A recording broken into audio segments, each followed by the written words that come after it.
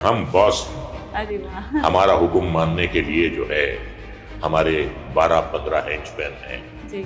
और हम finger tips पे हम ऑर्डर देते हैं। किस चीज ने आपको एक्टिंग की तरफ खींचा?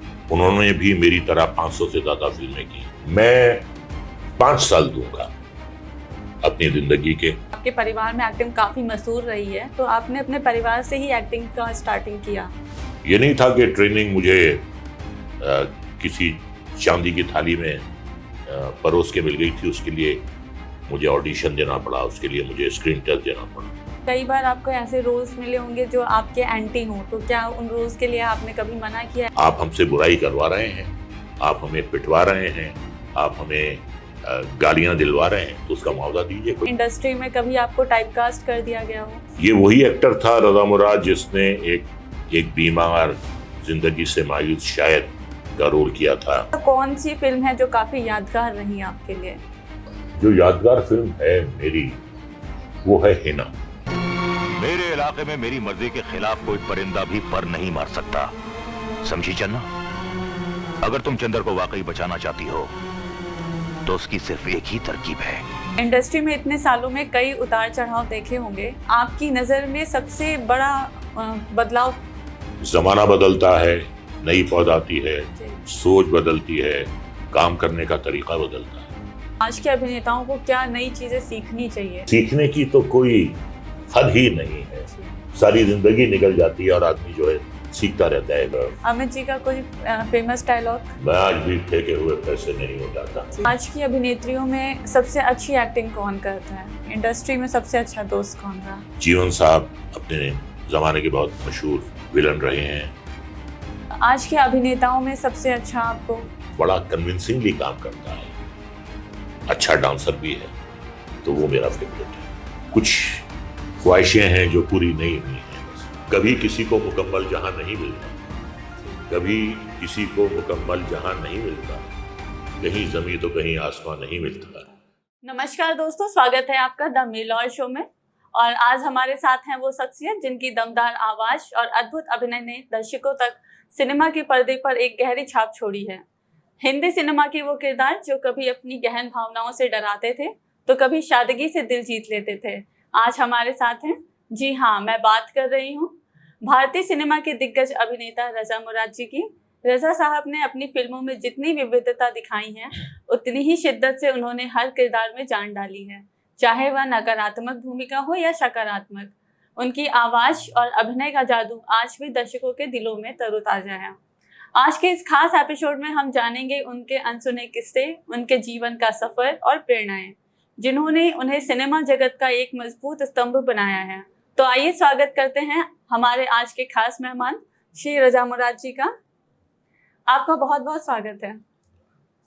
मैं शुक्रिया अदा करना चाहूंगा कि आज आपने मुझे इस प्रोग्राम में आने का न्योता दिया। बहुत सी ऐसी बातें हैं जो आज तक मदरयाम पर नहीं आई हैं, कोशिश करूंगा आपसे वो साझा करने की। सर, हम सबसे पहले शुरुआत करेंगे आपके कैरियर और एक्टिंग से। तो आपने अपने कैरियर की शुरुआत कैसे की? किस चीज ने आपको एक्टिंग की तरफ खींचा? देखिए, क्या है, इंसान जिंदगी में कुछ ना कुछ तो करता है। मेरे पिताजी स्वर्गीय मुराद जी इंडस्ट्री के बहुत बड़े कलाकार थे, अभिनेता थे। उन्होंने भी मेरी तरह 500 से ज्यादा फिल्में की।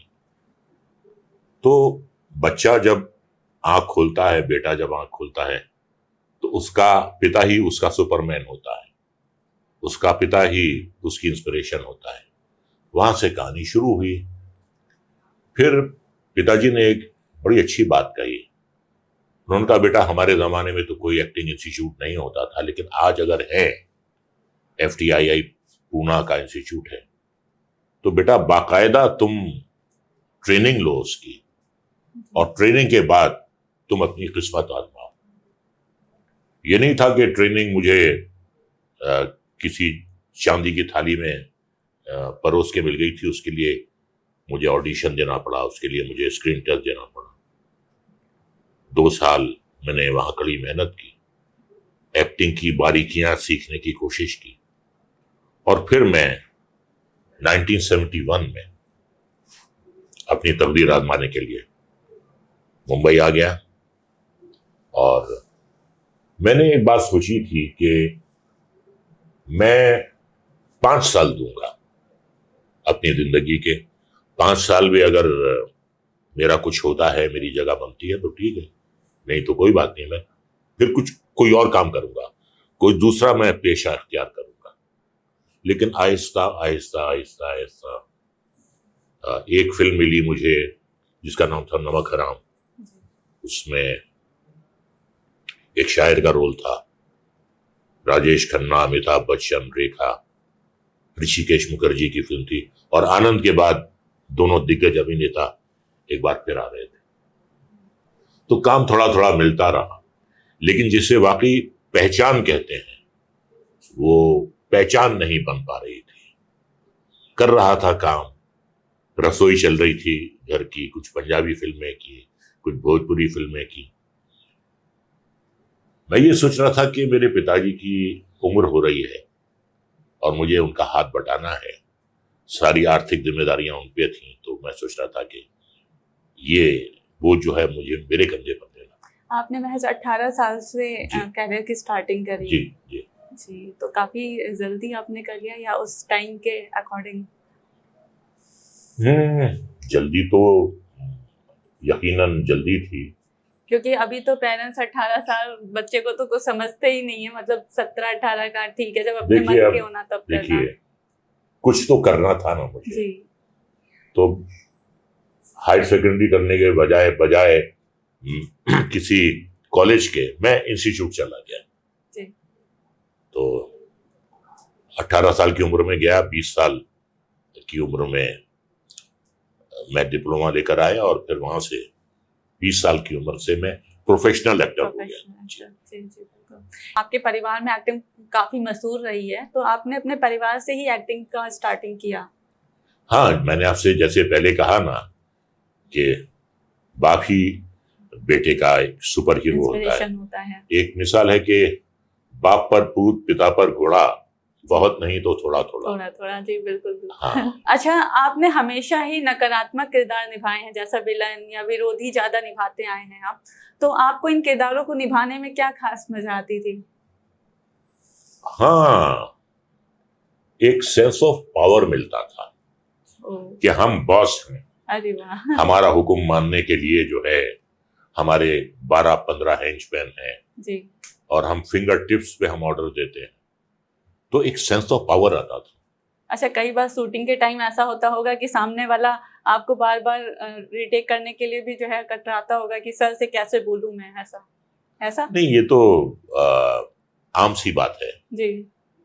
रीटेक जो है वो इम्पोर्टेंट नहीं है, इम्पोर्टेंट ये है कि फाइनल रिजल्ट क्या आ रहा है। जी जी जी। मैंने अगर 15 रीटेक दिए हैं तो वो तो दिखाई नहीं देंगे। नहीं, आपका मतलब आपका जो रोल रहा है वो हमेशा से गंभीर रोल रहा है, तो कई बार ऐसा होता होगा जो सामने वाला बोलने के लिए थोड़ा सा पीछे हटता होगा, ऐसा कभी हुआ?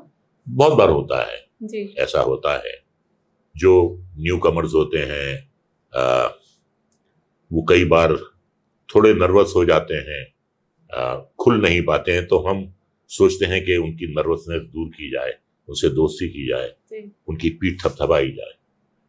अच्छा, क्या कभी आपको ऐसा महसूस हुआ कि इंडस्ट्री में कभी आपको टाइपकास्ट कर दिया गया हो?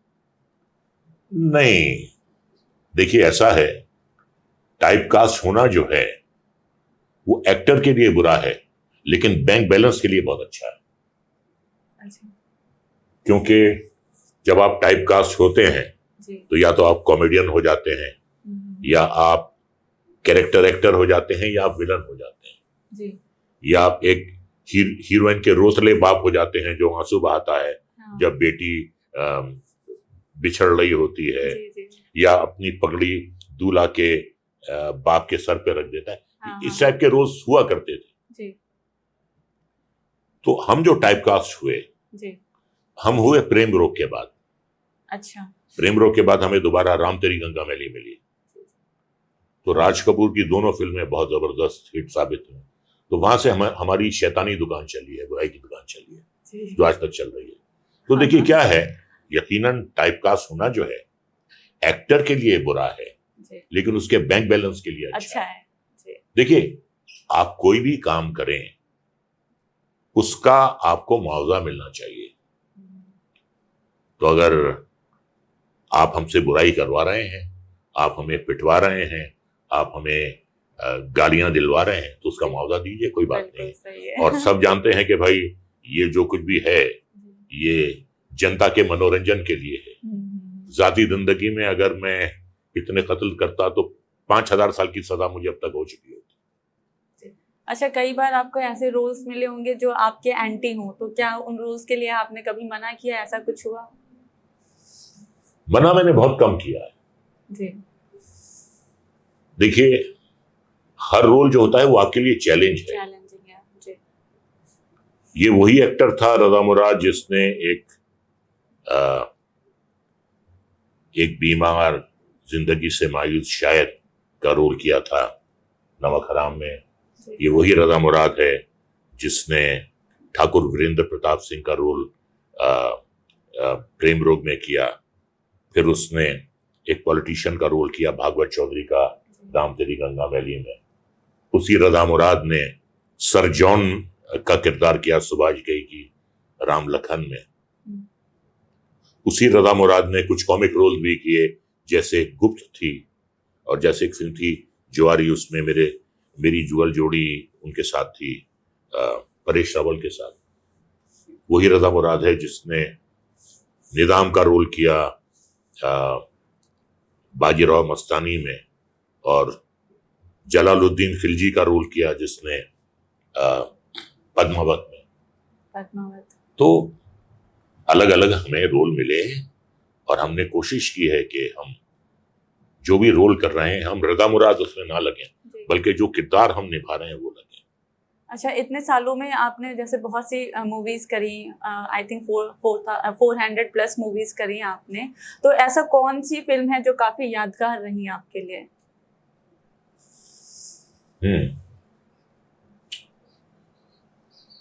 जो यादगार फिल्म है मेरी वो है हिना। रणधीर कपूर ने डायरेक्ट की थी जी। राज साहब मुझे ये रोल सुना कर गए थे और 2 गाने भी रिकॉर्ड करके गए थे इसके। एक चिट्ठी था और एक कव्वाली देर ना हो जाए। फिर उनके निधन के बाद वो फिल्म शुरू की, दोबारा मेरी एंट्री हुई आरके कैंप में। वो रोल मैं नहीं समझता। मैं आपसे ये कहना चाहता हूं कि जब हम अपनी पुरानी फिल्में देखते हैं तो हमें ऐसा लगता है कि हम बहुत अच्छा कर सकते थे। जब आज हम देखते हैं हम और इम्प्रूव कर सकते थे, लेकिन आज भी जब मैं हिना देखता हूं जो 1991 में आई थी, 34 साल हो गए फिल्म को, 33-34 साल, तो मुझे नहीं लगता कि आज भी अगर मैं हिना का रोल करता तो उससे बेटर करता जो मैंने पहले किया। अच्छा, आपने इंडस्ट्री में इतने सालों में कई उतार चढ़ाव देखे होंगे, आपकी नजर में सबसे बड़ा बदलाव क्या आया है इंडस्ट्री में? अच्छाई में या बुराई में? आप दोनों ही बता सकते हैं। देखिए, जमाना बदलता है, नई पौध आती है, सोच बदलती है, काम करने का तरीका बदलता है। अच्छी पौध आई है, अच्छे सब्जेक्ट्स बनाए हैं, अच्छे बायोपिक्स बनाए हैं जो पहले नहीं बनते थे। डिफरेंट टाइप के सब्जेक्ट्स लिए हैं आज के डायरेक्टर्स ने जो पहले नहीं बनते थे। मिल्खा सिंह की जिंदगी में ही मिल्खा सिंह पे फिल्म बन गई थी, MS धोनी पर बन गई थी, सचिन तेंदुलकर पर बन गई थी, मैरी कॉम पर बन गई थी। पहले ऐसा कभी नहीं होता था। ये एक अच्छा चेंज आया है, एक डिसिप्लिन आया है जो पहले नहीं था। कॉर्पोरेट हाउसेज आए हैं और वो बहुत प्लानिंग के साथ काम करते हैं जो पहले नहीं था। नेगेटिव चीजों की बात करें तो देखिए, ऐसा है कि आज राइटर, संवाद लेखक की मौजूदगी का एहसास आपको नहीं होता है। जी। पहले जो संवाद होते थे आज तक लोगों को याद है। हाँ जी। मेरे पास माँ है, हाँ। इतना सन्नाटा क्यों है भाई, हाँ, तुम्हारा नाम क्या है बसंती, जी कितने आदमी थे, मुझे थप्पड़ से नहीं प्यार से डर लगता प्यार है। से डर लगता है।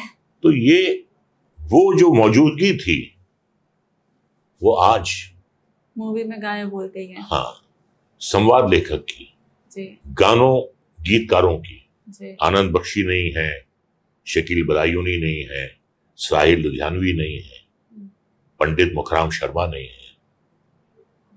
गायक, आज गायक कौन गा रहा है पता नहीं चलता, वो फीमेल वॉइस हो, वो मेल वॉइस हो।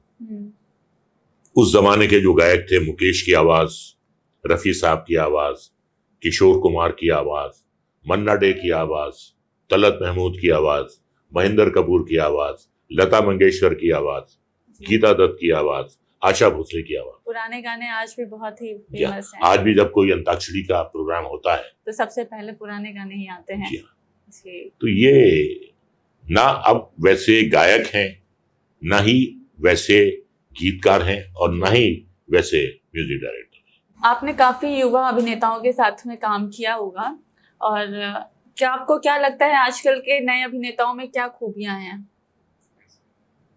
कुछ अभिनेता बहुत अच्छे हैं, जो मेरे पसंदीदा अभिनेता हैं नई बहुत के, जी वो रणवीर सिंह हैं, रणबीर कपूर हैं, शाहिद कपूर हैं, और कैरेक्टर एक्टर्स में के मेनन है, बोमन ईरानी है। बहुत अच्छा काम कर रहे हैं ये लोग। जी तो हमारे वक्त एक अलग काम करने का तरीका होता था। एक्टर बड़े स्टाइलाइज होते थे, उनकी इमेज होती थी, किशोर कुमार के गाने होते थे, जी सबकी अपनी एक इमेज थी। जैसे धर्म जी की अलग थी, राजेश खन्ना की अलग थी, शत्रुघ्न सिन्हा की अलग थी, मनोज कुमार की अलग थी। आज ऐसा नहीं है।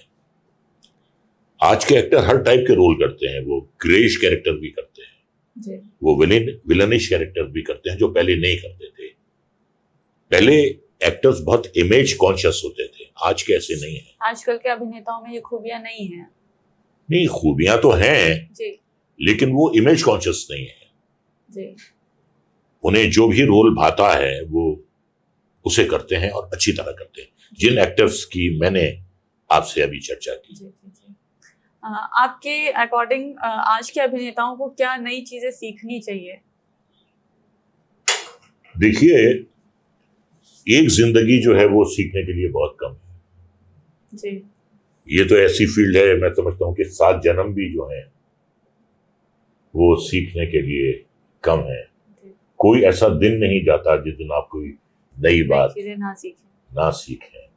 तो सीखने की तो कोई हद ही नहीं है। जी सारी जिंदगी निकल जाती है और आदमी जो है सीखता रहता है, विद्यार्थी रहता है। सर, अभी तक हमने बहुत सी बातें कर ली आपसे कैरियर से रिलेटेड। अब हम आपकी कुछ व्यक्तिगत चीज़ों के बारे में बात करेंगे। तो आपके लिए एक्टिंग के अलावा कौन सी चीज़ें अहम हैं? आप अपने काम और जिंदगी का संतुलन कैसे बनाए रखते हैं? वो बनाना बहुत जरूरी है। जी स्टूडियो कभी मेरा घर नहीं हुआ, और मेरा घर कभी स्टूडियो नहीं स्टूडियो हुआ। नहीं हुआ। जी ये दो अलग अलग बातें हैं। घर घर होता है, स्टूडियो स्टूडियो होता है। तो हमेशा मैंने एक फासला रखा है। और जहां तक सवाल है परिवार का, हर इंसान का परिवार होता है। भले इमेज के हिसाब से हम लार्जर देन लाइफ लगते हैं, लेकिन हकीकत में हम भी एक नॉर्मल से इंसान हैं। हमें भी गुस्सा आता है, हमें भी रोना आता है, हमें भी कई बार अपनी गलतियों का एहसास होता है जैसे एक आम इंसान को है। तो हम बिल्कुल नॉर्मल लोग हैं, हम साधारण लोग हैं। बस फर्क यह है कि जो हमारी स्क्रीन इमेज है, जी हमारा काम जो है दुनिया के कोने कोने में पहुंचता है। अगर कोई ऑफिसर है, वो किसी अपने उस पर साइन करता है, फाइल पे साइन करता है, तो वो किसी को दिखाई नहीं देता। लेकिन हम जो एक शॉट देते हैं, हाँ जी, वो पूरी दुनिया में देखती है। बार बार दिखाई देता है। जी तो बिल्कुल हम एक मैं फैमिली मैन हूँ, और ज़्यादातर मैं परिवार में अपना वक्त, जो मेरा खाली वक्त होता है, बिताता हूँ। कई बार अपनी बीवी को लेके किसी हिल स्टेशन चला जाता हूँ, गोवा चला जाता हूँ, और मेरी बेटी भोपाल में रहती है, उसको बुला लेता हूँ, उसको भी साथ ले जाता हूँ, दुबई ले जाता हूँ। बेटा मेरा अभी फिलहाल लंदन में सर्विस कर रहा है। तो एक हमारी जैसे आम फैमिली होती है, वैसी ही हमारी आम फैमिली है। कोई जिसे बोलते हैं कोई सुरखाब के पर नहीं लगे हम में। अच्छा, आपके कैरियर से आपके निजी जीवन पे कुछ ऐसा असर क्या पड़ा? पड़ता था, बच्चे हमें देख के माओ की गोद में छुप जाते थे। अच्छा, आपका लड़कियां देख के ठिठक जाती थी, रिवर्स में चलने लगती थी, पीछे पीछे इतना खौफ? हाँ। और एक बार क्या हुआ कि मेरे बेटे के स्कूल की प्रिंसिपल ने मुझे बुलाया जी। उसने किसी लड़के की पिटाई कर दी थी, तो बुलाया, मैं गया, हाजिरी दी मैंने। उन्होंने कहा कि ये आपके बेटे ने एक लड़के को, सीनियर लड़के को बहुत मारा है। अच्छा, बहुत बुरा किया है उसने। मैं बिल्कुल इस बात को फेवर नहीं करता, वायलेंस जो है वो बिल्कुल नहीं होनी चाहिए। तो वजह क्या थी? तो वो लड़का भी था वहां पे, मेरा बेटा भी था। कहने लगा मेरा बेटा कि ये जो है मेरा सीनियर, ये बार बार मुझसे कहता है कि तुम्हारा बाप जो है बड़ी गंदी हरकतें करता है, तुम्हारा बाप गद्दारी करता है, तुम्हारा बाप लड़कियों के साथ जबरदस्ती करता है, तुम्हारा बाप बहुत बुरा आदमी है। कहने लगे मैं एक दिन सुन सुन के बर्दाश्त कर करके थक गया जी। और जब मुझसे बर्दाश्त नहीं हुआ तो मैंने इसे मारा। पिटाई कर दी। प्रिंसिपल ने भी ये बात सुनी। जी।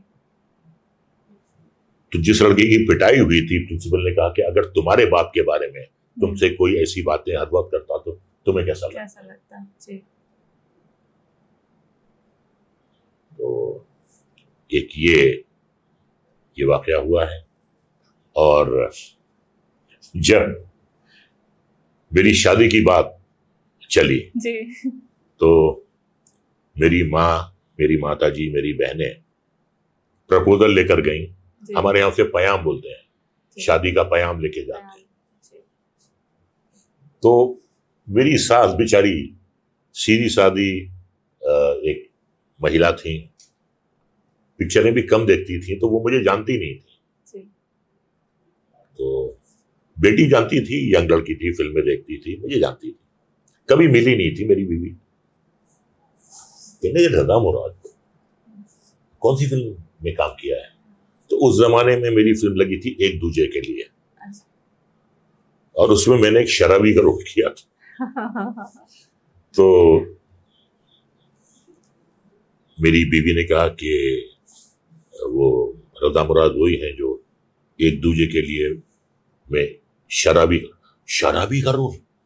शराबी को तो मैं अपनी बेटी नहीं दूंगी, मेरी बेटी की जिंदगी बर्बाद होगी। नहीं, आप लोग प्लीज जाइए मेहरबानी करके। मैं शराबी को अपनी बेटी नहीं, ये एक इमेज हो जाती है। जी जी जी। मतलब रियल लाइफ में भी लोग उसी हिसाब से जज करने लगते हैं। शादी के बाद she was the proudest mother in law. वो कहती थी कि किसी के पास इतना अच्छा दामाद नहीं है जितना, वो एक इमेज होती है। जी। तो ये नुकसान हुआ है, शादी होते होते रुक गई। अच्छा, जिंदगी के इस मुकाम पे आप जो कुछ हासिल किया है उसके बारे में आप कैसा महसूस करते हैं? हजारों ख्वाहिशें ऐसी कि हर ख्वाहिश पे दम निकले। हजारों ख्वाहिशें ऐसी कि हर ख्वाहिश पे दम निकले। बहुत निकले मेरे अरमा लेकिन फिर भी कम निकले। तो ख्वाहिशें जो हैं, में सब कह दिया आपने। ख्वाहिशें जो हैं उनका कोई अंत नहीं है। हम जितना पाते हैं हमें और पाने की लालसा होती है, ललक होती है, इच्छा होती है।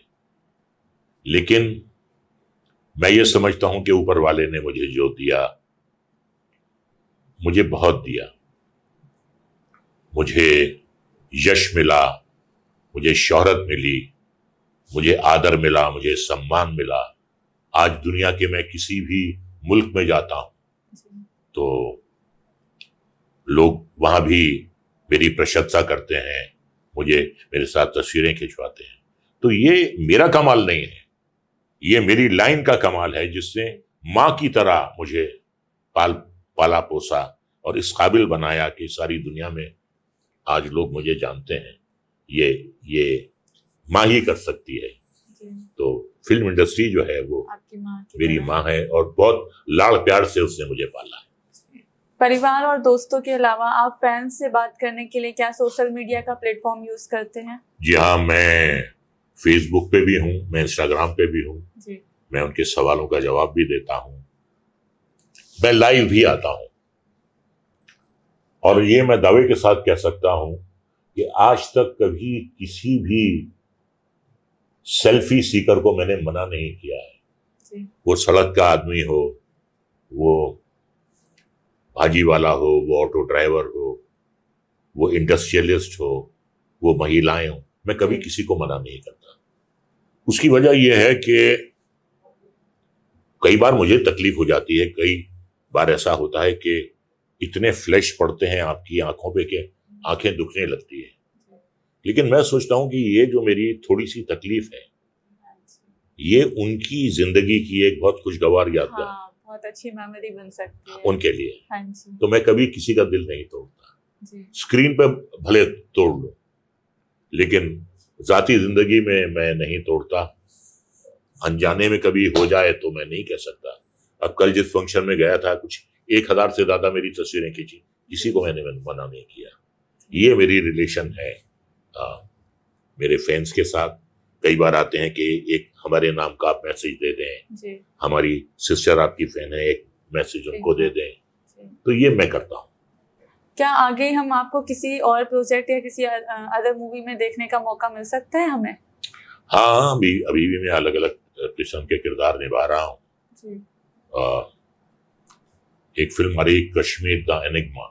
कश्मीर द एनिग्मा, उसमें एक टेररिस्ट है, उसकी भूमिका कर रहा हूँ।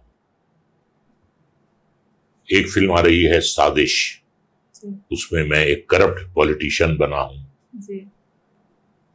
और एक फिल्म आ रही है द रियल एनकाउंटर, ये एक इशरत जहां एनकाउंटर बड़ा मशहूर हुआ था, उस पे ये फिल्म बनाई गई है। वो कंट्रोवर्सी थी कि एनकाउंटर हुआ है या एनकाउंटर नहीं हुआ है, उसका खुलासा इस फिल्म में किया है। तो अलग अलग टाइप के रोल अभी भी मिल रहे हैं। आपने हमेशा से ही विलन का रोल किया है या कुछ ऐसा एंटी रोल किया? कोई ऐसा रोल जो आप इन फ्यूचर करना चाहें?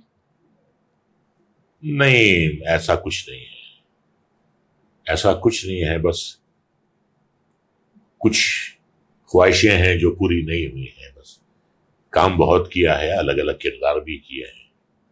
और देखिए, फिर एक एज फैक्टर भी होता है जी। अभी मैं 74 इयर्स का हो गया हूँ।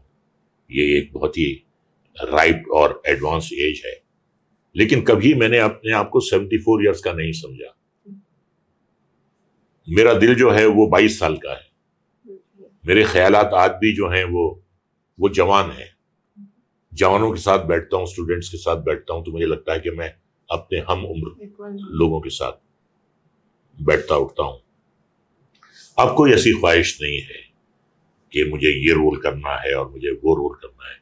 जो बेहतरीन डायरेक्टर्स हुए हैं इस फिल्म इंडस्ट्री के, उनके साथ मैंने काम किया है। बहुत लंबी लिस्ट है। ऐसा शायद ही कोई एक्टर होगा, अशोक कुमार से लेके रणवीर सिंह तक, जिसके साथ मैंने काम ना किया हो। अशोक कुमार, दिलीप कुमार, मनोज कुमार, धर्मेंद्र, विनोद खन्ना, शत्रुघ्न सिन्हा, गोविंदा, कोई ऐसा हीरो, और आज के रणवीर सिंह, ऋतिक रोशन, रणबीर कपूर, सबके साथ काम किया है। तो ऐसी कोई ख्वाहिश नहीं है। बस 2 ख्वाहिशें मेरी अधूरी रह गई। एक तो बंगाल के डायरेक्टर जिनका मैं बिल्कुल बहुत ही बड़ा मुरीद हूं, सत्यजीत रे। बड़ी रियलिस्टिक फिल्में उन्होंने बनाई हैं हमेशा। तो मेरी ख्वाहिश थी कभी उनके साथ मैं काम करूं या कभी उनके साथ मेरी मुलाकात हो। तो ना तो मुलाकात हो पाई और ना मैं उनके साथ काम करने का मुझे मौका मिला। तो कुछ अधूरी ख्वाहिशें हैं। हर इंसान की जिंदगी जो है वो मुकम्मल नहीं होती, कुछ कहीं ना कहीं कोई कसर रह जाती है। कभी किसी को मुकम्मल जहां नहीं मिलता, कभी किसी को मुकम्मल जहां नहीं मिलता, कहीं जमीन तो कहीं आसमान नहीं मिलता, तो कहीं कसर रह जाती है। और एक मेरी ख्वाहिश थी, मेरे फेवरेट बॉक्सर थे मोहम्मद अली। बहुत मैंने उनके बारे में पढ़ा, बहुत मैंने उनकी डॉक्यूमेंट्रीज देखी, और वो एक बार बॉम्बे आए और मैं उनसे मिल नहीं पाया। वो एक ख्वाहिश दिल में रह गई, सत्यजीत रे के साथ काम करने की और मोहम्मद अली से मिलने की। ये ख्वाहिशें पूरी नहीं हो पाएगी, लेकिन ठीक है, दिस इज लाइफ, ये जिंदगी है। जी बिल्कुल।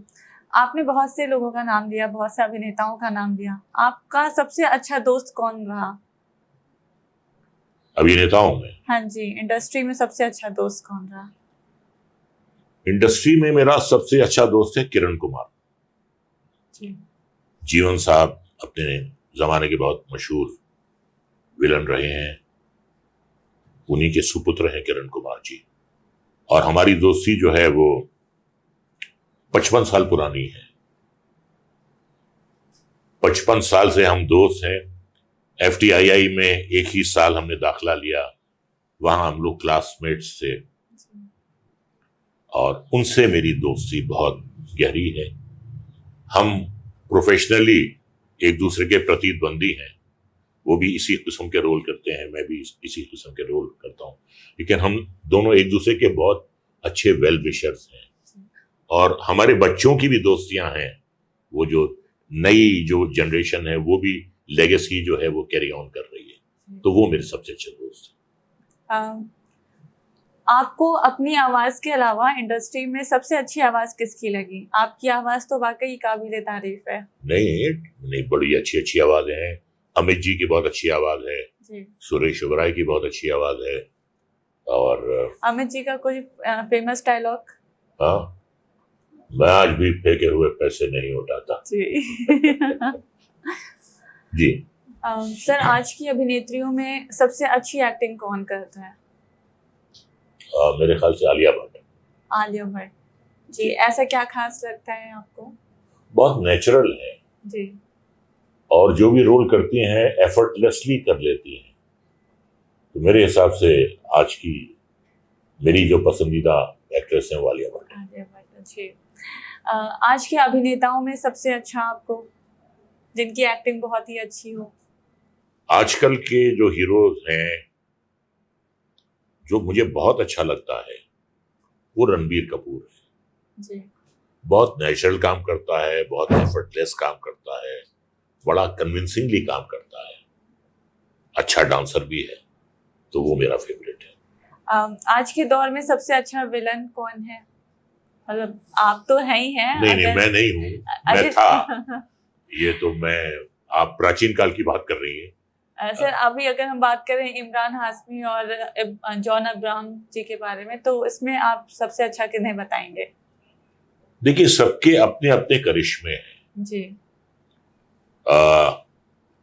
मुझे जॉन अब्राहम का काम शूट आउट एट वडाला में बहुत अच्छा लगा जी। मानिया सुरवे का उन्होंने रोल किया था।